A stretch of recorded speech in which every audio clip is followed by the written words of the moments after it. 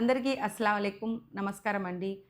Telugu Desam party కార్యకర్తలు ఎప్పుడెప్పుడని ఎదురు చూసే మహానాడు పండగ వచ్చేసింది. 2026 మహానాడు కార్యక్రమం ఇది సాధారణమైన సమావేశం కాదు. ఇది పార్టీ భవిష్యత్తు దిశను నిర్ణయించే వేదిక.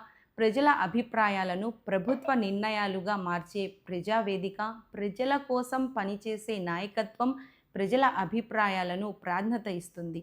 ఈసారి ఆన్లైన్లో మహానాడు నిర్వహిస్తున్నాము. రాష్ట్ర వ్యాప్తంగా 1845 క్లస్టర్లలో స్క్రీన్లు ఏర్పాటు చేశారు.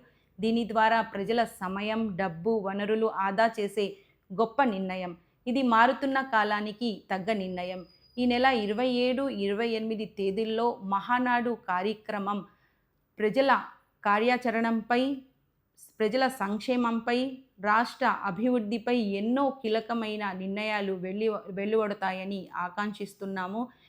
కాబట్టి తెలుగుదేశం పార్టీ కుటుంబ సభ్యులందరూ కూడా మహానాడు కార్యక్రమం డిజిటల్గా పాల్గొని మనమందరం కలిసి విజయవంతం చేయాలని నేను మనస్ఫూర్తిగా కోరుకుంటూ మీ షేక్ సజీలా, గుంటూరు నగర మాజీ డిప్యూటీ మేయర్.